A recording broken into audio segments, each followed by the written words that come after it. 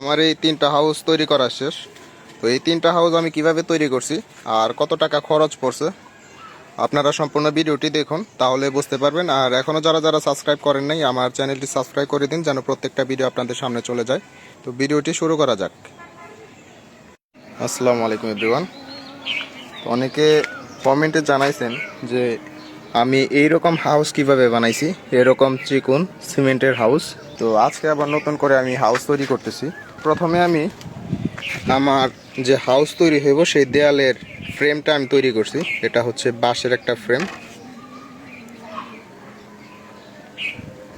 তো এই ফ্রেমটা চারকোনা হবে, যেহেতু হাউস আমার 4 ফিট বাই 3 ফিট। এটা হচ্ছে আমার লম্বা, আর ঠিক এটা হচ্ছে আমার পাশে হবে, মানে 3 ফিট, আর এটা হচ্ছে 4 ফিট। তো আমি কিভাবে তৈরি করি সেটা দেখাই দিব। আমি নিচে পানি দিয়ে নিছি যেন এই যে কাগজটা লেগে থাকে, যেহেতু অ্যাডজাস্ট করবো না ছাদের সাথে। আমি এই কাগজটা বিছিয়ে নেব। এই যে আমি সুন্দর করে বিছিয়ে নিছি কাগজটা। এখন এর উপরে আর কি ঢালাই হবে। ভিডিওটি সম্পূর্ণ দেখেন, তাহলে বুঝতে পারবেন। আর এই হাউসটা আপনার খরচ কমাবে অনেক, যেহেতু ইটে লাগবে না, আর হাউসটা এতটাও মোটা হবে না যে সিমেন্ট বালির খরচটা বেড়ে যাবে, এমন না। এটা স্বল্প খরচে বানায় নিতে পারবেন। 2 বস্তা সিমেন্ট আর 1 ব্যান বালুতে 6টা হাউস বানায় নিতে পারবেন। মানে বালু আর সিমেন্ট নিয়ে নিছি। তো কোন পরিমাণে দিবেন সেটা আমি বলে দিই। এই যে এরকম কুনি নেবেন। তো যতটুকু বালু দিবেন, আমি এখানে 16 কোনি বালু দিয়ে দিছি। তার অর্ধেক পরিমাণে সিমেন্ট দেবেন। তারপর পরিমাণ মতো পানি দিয়ে ভালো করে মেশাবেন। তারপরে ঢালাইয়ের কাজ শুরু করবেন। এই সিমেন্টটা এখন এভাবে সমানভাবে বিছিয়ে নিব। এই যে আমি এখানে নিছি, তো সমানভাবে আমি অর্ধেক বিছিয়ে নিছি। এই যে দেখেন, বাঁশের অর্ধেক নিচে হচ্ছে সিমেন্ট, আর বাকি অর্ধেক কিন্তু ফাঁকা আছে। তো বাকি অর্ধেক একটু পরে দিব।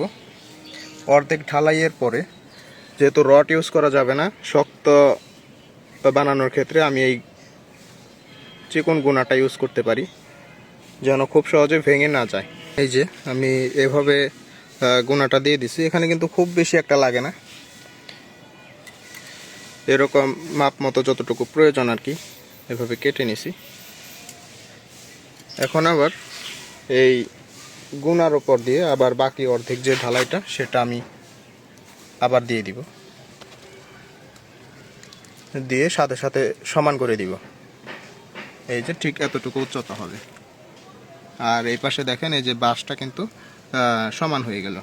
তো এভাবে ঢালাই করে দিব। আর এটা প্রচুর পরিমাণে শক্ত হবে, আমি এর আগেও বানাইছি যেহেতু।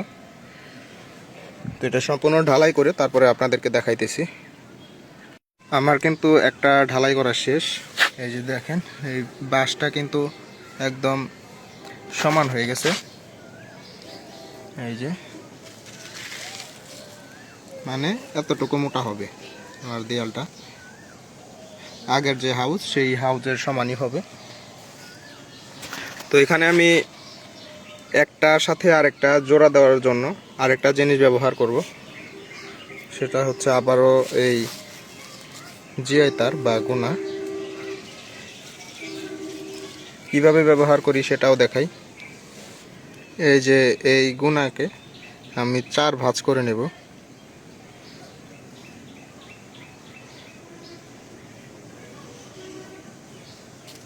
এরকম 4 ভাঁজ করে নিয়ে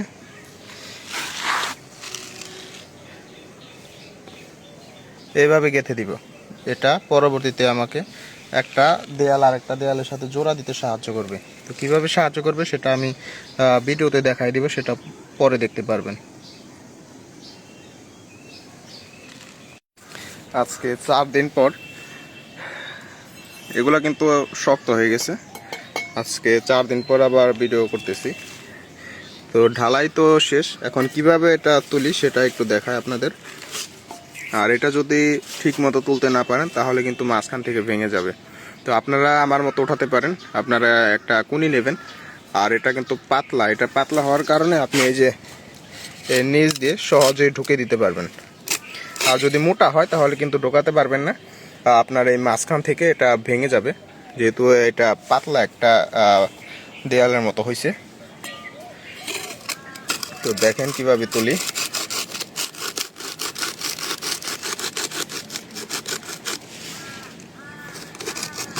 তারপর উঁচু করলেই হয়ে যাবে।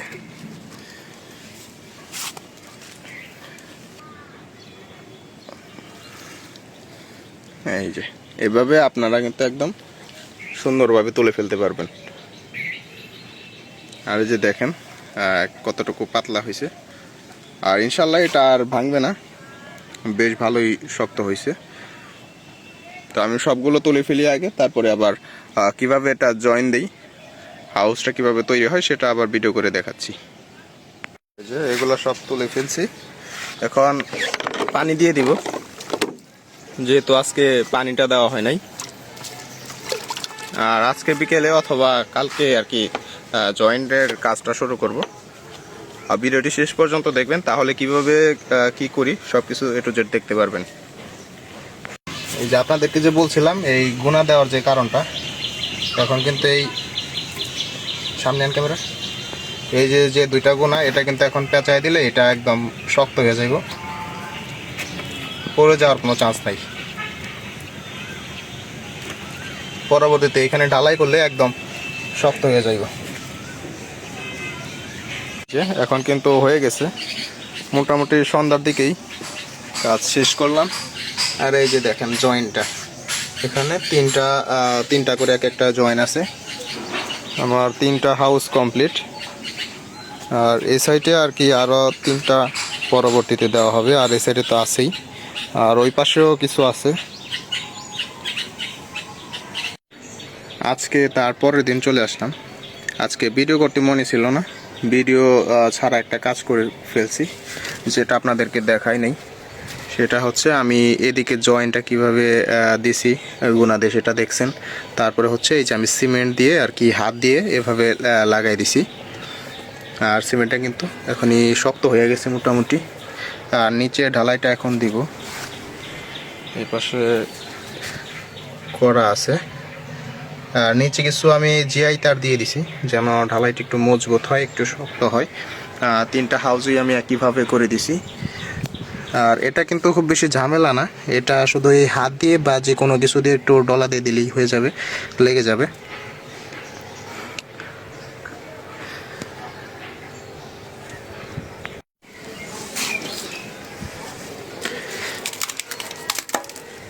এভাবে নর্মালি আপাতত দিতেছি।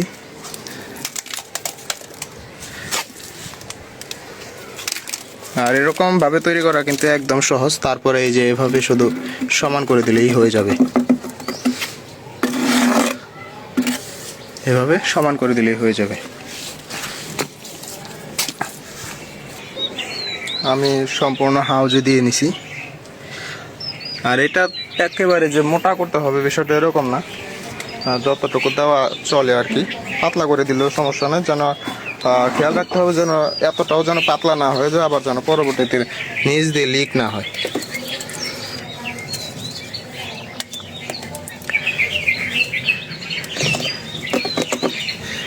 এখন এভাবে সমান করে দিলেই হয়ে যাবে। তো মোটামুটি একটার কাজ শেষ, আমি ঢালাই করে সমান করে নিছি। আর এখানে কিন্তু পরবর্তীতে যে খালি সিমেন্টটা দেওয়া হয় বা গ্যারাটিন, যে নামে চিনেন আপনারা, সেটা আমি কালকে অথবা তারপরের দিন দিয়ে দিব। এই দেয়ালেও হালকা লাগিয়ে দিব, তাহলে আর লিক করার চান্স থাকবে না। হাউস 3টার সম্পূর্ণ কাজ শেষ করলাম, 3টা হাউজেরই নিচে ঢালাই করা শেষ। এখন শুধু পানি দেওয়াটা বাকি। তো আজকে কিন্তু হাউজের সম্পূর্ণ কাজ শেষ, আজকে শুধু পানি দিয়ে দিব।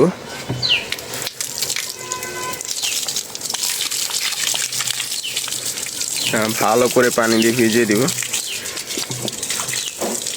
তো এইভাবে আপনারা কম খরচে সিমেন্টের হাউস তৈরি করতে পারবেন। আর সাইজ কিন্তু বিশাল সাইজ।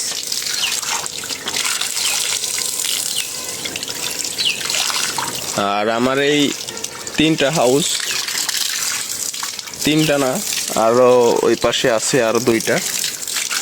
আমার টোটাল 5টা হাউস। আমি একটা হাউসের খরচ পড়ছে হচ্ছে 300 থেকে 340 টাকার মতো। তো 340 টাকায় এত বড় বড় হাউস কিন্তু কেউ তৈরি করতে পারবে না।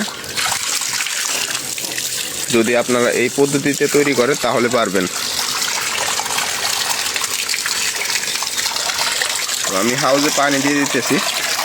তো আজকের ভিডিও এই পর্যন্তই। সবাই ভালো থাকবেন, আর ভিডিওটি ভালো লাগলে কমেন্ট করে জানাবেন। আর যদি কোনো জায়গায় না বুঝে থাকেন সেটাও কমেন্টে জানাবেন, আমি বুঝিয়ে দেওয়ার চেষ্টা করব।